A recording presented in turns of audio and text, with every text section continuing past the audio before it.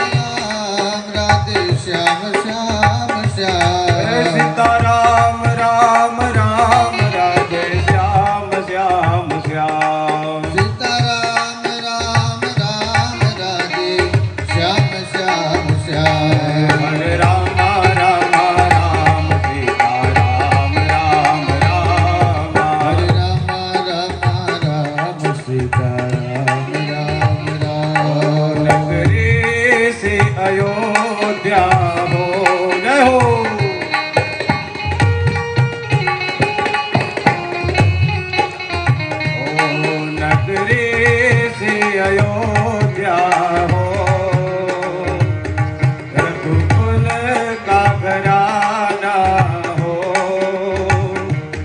जहाँ राम के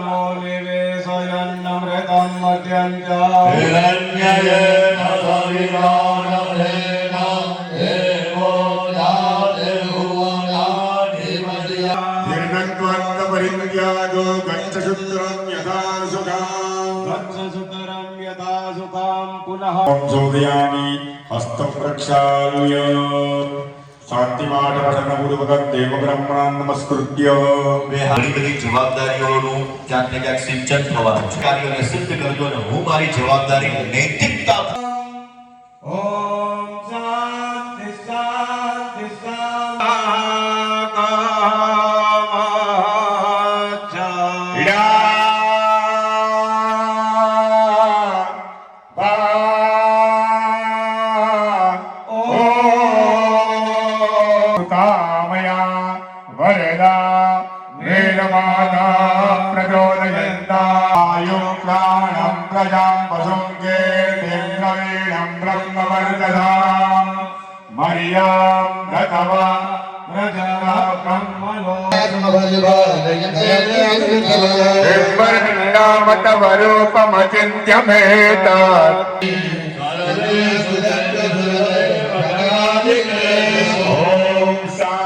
બાપુ તે જગ્યાએ આપણે વંદન કરવાના, નમસ્કાર કરવાના, કારણ કે શાસ્ત્ર કહે છે નમે તે સૌને ગમે.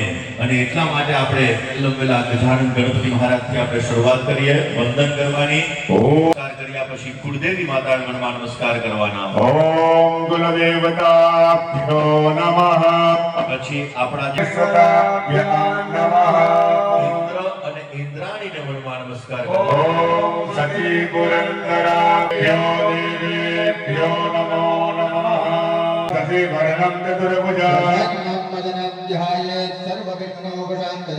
श्रीलालदिव्यर्थं पूजितो वक्रतुण्ड महाकाय सूर्यकोटि समप्रभा तदेव लग्नं सुदिनं तदेव ताराबलं चन्द्रबलं तदेव અર્થ સિદ્ધયે પાણીની એક ચમચી હાથની અંદર सर्वं विष्णुर्वयं जगत् છે પ્રધાન સંકલ્પ. મહારાજ સાહેબ, હવે પ્રધાન સંકલ્પ શું? કોઈ પણ કાર્ય કરવા માટે આપણે બેસીએ તો સંકલ્પ મહત્વ. ગ્રામજનો છે, મારા જે નગરજનો છે, એ દરેકનું કલ્યાણ થાય એના માટે હું આ યજ્ઞ કરવા માટે અમે બિરાજમાન થયા છીએ. તો મનની અંદર ભગવાન વિષ્ણુનું સ્મરણ કરી જવાનું, વિષ્ણુ ભગવાનને પ્રાર્થના કરવાની કે હે પ્રભુ પરમાત્મા, આ રાજસૂય યજ્ઞનું જે સંપૂર્ણ પુણ્ય છે એ સંપૂર્ણ પુણ્ય મને, મારા પરિવારને, મારા કુટુંબને, મારા ગ્રામજનોને દરેકનું કલ્યાણ થાય એ માટે હું આ યજ્ઞ કરવા માટે બેઠો છું. મનમાં સંકલ્પ કરે. ॐ तच्चाग्रतो दूरमुदयति दैवं तदु सुप्तस्य तथैवैति નગરજનો અહમ બોલવાનું છે મમ મમ આત્મનઃ આત્મનઃ શ્રુતિ શ્રુતિ સ્મૃતિ સ્મૃતિ પુરાણોક્ત પુરાણોક્ત વેદોક્ત વેદોક્ત પુણ્યફલ પુણ્યફલ પ્રાપ્તિ પ્રાપ્તિ અર્થમ અર્હમ અદ્ય દિને અદ્ય દિને મંગલ મંગલ રાજસૂય રાજસૂય યજ્ઞ યજ્ઞ કર્મ કર આરંભે સકલ સકલ દેવી દેવી દેવતાના દેવતાના શુભ ફલ શુભફલ પ્રાપ્તિ જનાના યાવત સૂર્યચંદ્ર સૂર્યચંદ્ર પૂર્વક નીતિપૂર્વક રાજપરાયણ રાજપરાયણ સકલ સકલ. હવે ત્રીજો સંકલ્પ આવશે, જેની અંદર આપણે આ કર્મ કરવા માટે બેઠા છીએ. તો આ કર્મના સાક્ષી કોણ? તો કે ભાઈ કોઈ પણ કામ કરવા માટે બેસીએ તો એના બે સાક્ષીની જરૂર. દિશાઓમાંથી રક્ષણ કરવા વાળા બનજો. ઓમ રક્ષો વિશ્વાચાર્ય ગાને અભિયાનિમાયો હરે અવસરવંતુ યે ભૂતા ભૂમિ સંસ્થિતા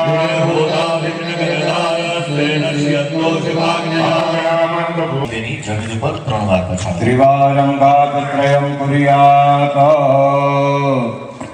અસ્ત મારા ને આપણા શરીરની અંદર 6 જાતના શત્રુઓ છે: કામ, ક્રોધ, લોભ, મોહ, માયા અને ઈર્ષા. જ્યારે કોઈ પણ પૂજા કર્મની અંદર બેસતા હોઈએ ત્યારે કામ નાશ કર્યો. હવે આપણે તીર્થોનું આહ્વાન કરીશું. સ્વામ ભાગે અક્ષતમ પિંજોરી કલ સંતાપ્ય તત્ર વરુણમાવાહિત. હાથની અંદર દરેક તીર્થોનું આવાહન ધ્યાન કરીએ. ઓમ તત્વાયામિ બ્રહ્મણા બંધ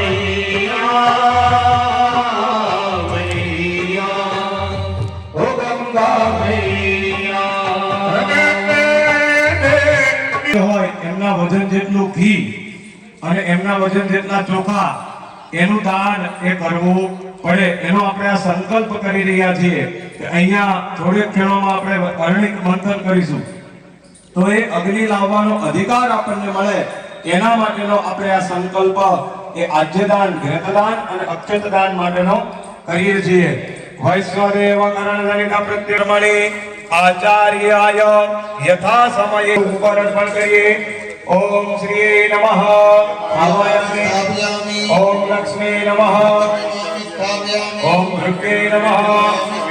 ઓમ હેરાય નમઃ. ઓંકારયેતા.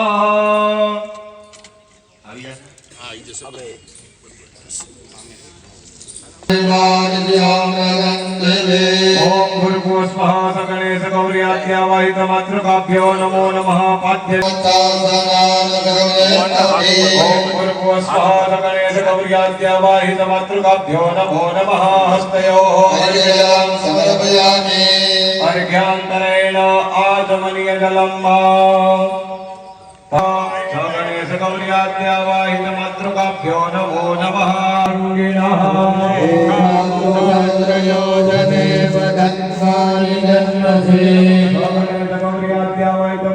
તારીખે પાયોધાઃ. ગણેશ ગૌર્યાત્યાવાહિત માતૃકાભ્યો નમો. હરિધન વિષ્ણો રસસ્ય પાધિનઃ.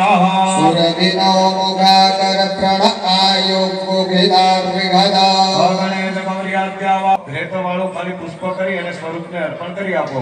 તૃતીય કૃતસ્થ. તેની અંદર દરેક લોકો એકબીજાની સાથે હળી મળીને રહે એવી ભાવના કરી અને સાકરનો આપણે અભિષેક કરવો. ઓમ સ્વામિત્રયા મવિત્રયા પવસ્વસો મદપ્રિયમ આયુ કામાર્થ સિદ્ધયે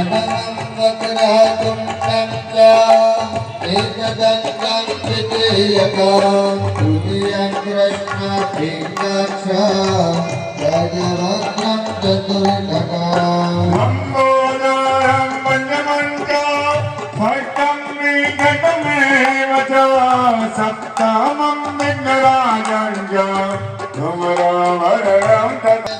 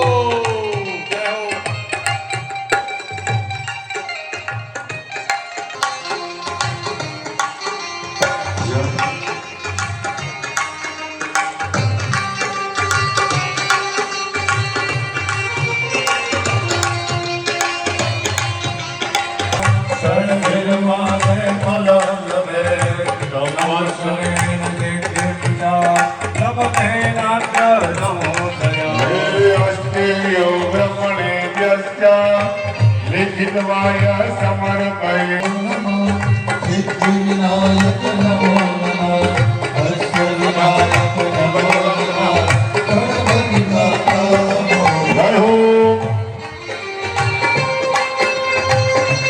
જય મા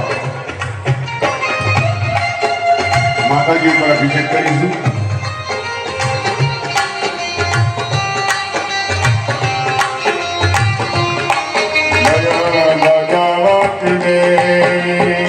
નમો વરદે જય પાપ વિનાશિને બહુ ફલ રે જય શુભ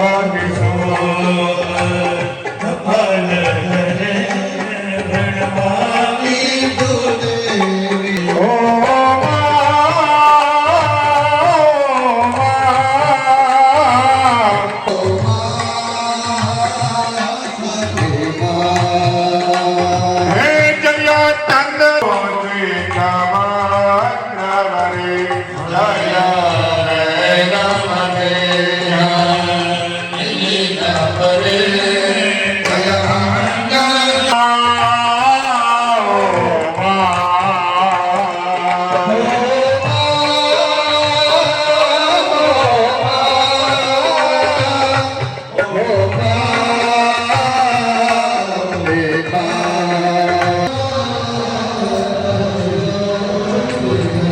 या देवी सर्वभूतेषु मातृरूपेण संस्थिता नमस्ते नमस्ते नमो नमः या देवी सर्वभूतेषु शक्तिरूपेण संस्थिता नमस्ते नमस्ते नमो नमस्ते नमो नमः बोलो आशापुरा की जय તારી કરુણાનો આવે નહીં પાર જય શ્રી ગણેશ જય શ્રી ગણેશ જય શ્રી ગણેશ હાલો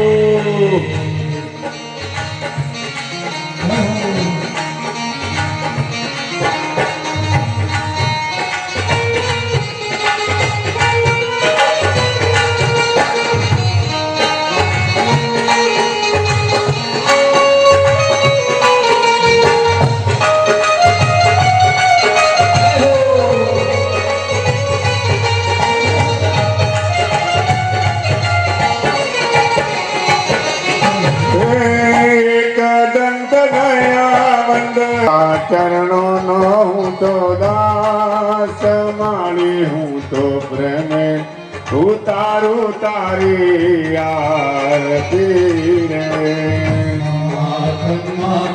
દેવી મા અને પાછો વિશ્વાસ મારી હું તો પ્રેમે ઉતારું તારી આરતી રે. કુલ દેવી માત માણી ઉતારો તારી આરતી રે સ્વરૂપ માનો વાસ માણી ઉતારો તારી આરતી રે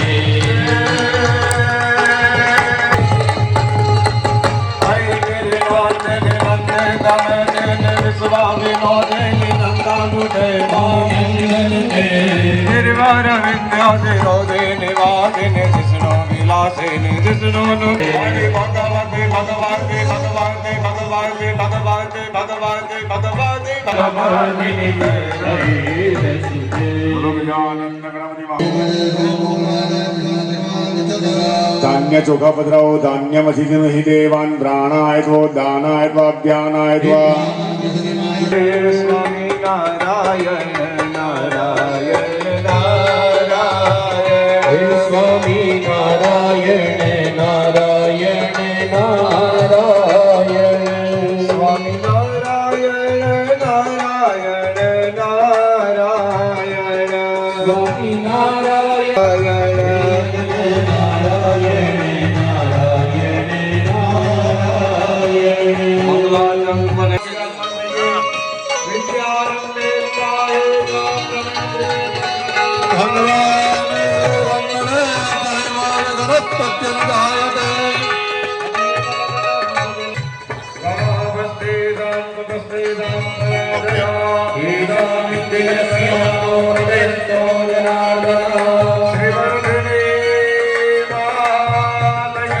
એમને પણ વંદન કરીએ.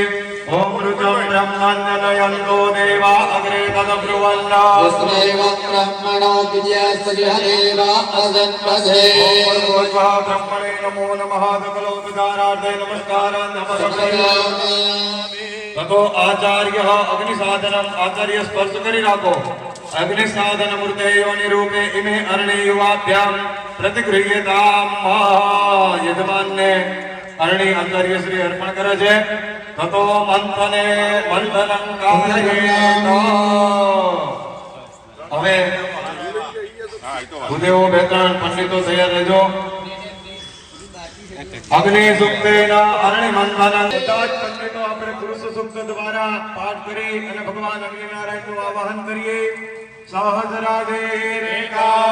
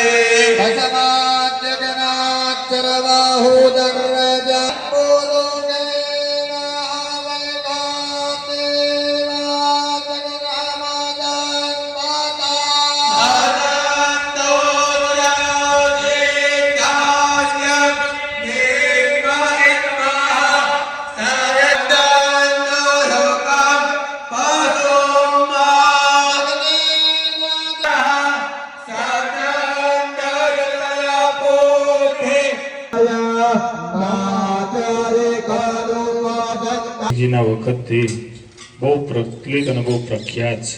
નીતિમત્તા વાળું કોઈ રાજ્ય હોય ને તો એમ કહેવાય ગુજરાતનું ગોંડલ સ્ટેટ.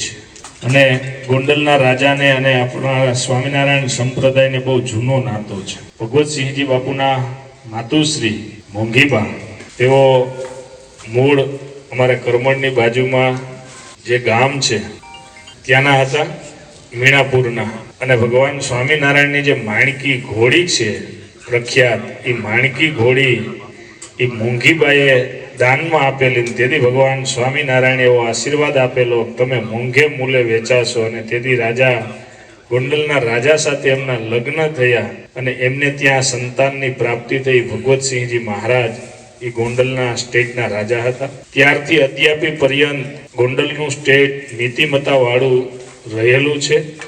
એવા રાજાનો રાજ્યાભિષેક જ્યારે આજે થવાનો છે, લગભગ નહીં ગણતો હતો છઠ્ઠા કા સાતમા પાંચમા રાજાનો રાજ્યાભિષેક છે.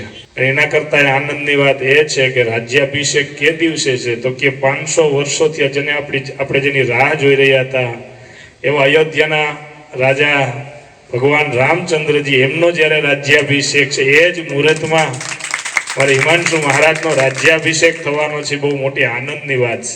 અયોધ્યાની અંદર રામ રાજ્ય, દેશની અંદર રામ રાજ્યનું સ્થાપન થશે. એવી રીતે ગોંડલ સ્ટેટની અંદર પણ રામ રાજ્યનું સ્થાપન થાય, નીતિમત્તાનું સ્થાપન થાય.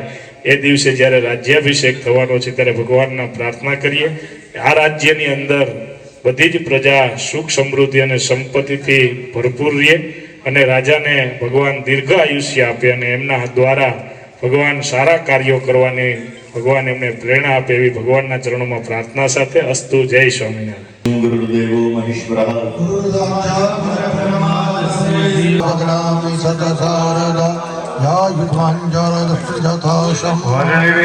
રમણીય દર્શનમ મંદહાસરુચિરાનનાંબુજમ પૂજિતમ સર્વોત્તમૈર્મુદા ધર્મનંદન મહાવિચિંતયે અવતારિણે શ્રી સ્વામિનારાયણાય નમઃ. મરુત્સુત પ્રિય કાલે ભૈરવાદ્યતિ ભીષણઃ યોગેશ્વરો યોગ કલા પ્રવૃત્તિરતિ ધૈર્યવાન જ્ઞાની પરમહંસસ્તીર્થગુરુ તીર્થકાર્કિતિઃ કાર્યત્વં યથા સર્ગે શક્રાધીન બૃહસ્પતિઃ આચાર્યો ૃતં બ્રહ્મણ્યનયન્તો દેવા અગ્રે તદ્બ્રુવન્ન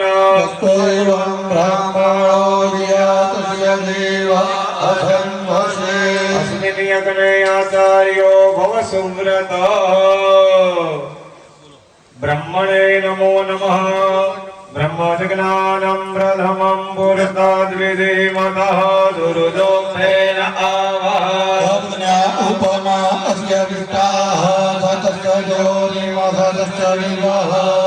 ચતુર્મુખો બ્રહ્મા સ્વર્ગમાં ભવદ્વિજોત્તમા તામ્રણે વૃતા સ્મઃ. કર્તારં ચ વિકર્તારં ધાતા ભવતિ વાવ્રતમ. अस्मिन् यज्ञे च कर्तारं रौनको इति ख्यातः. ॐ भूर्भुवस्वः अस्मिन् यज्ञे ॐ मादित्याग्रतो दूरमुदयति दैवं तदुद्धृतधियतदैवैति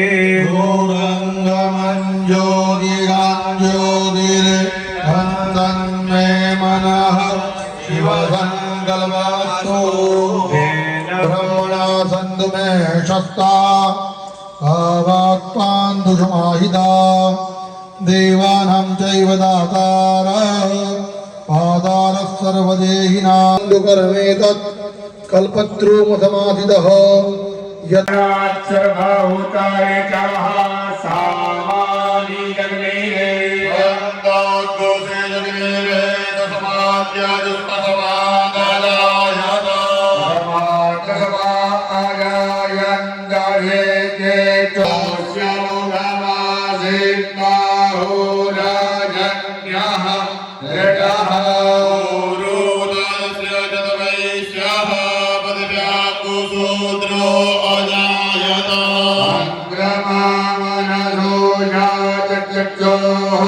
सूर्यो अजायत प्राणश्च मुखादग्निरजा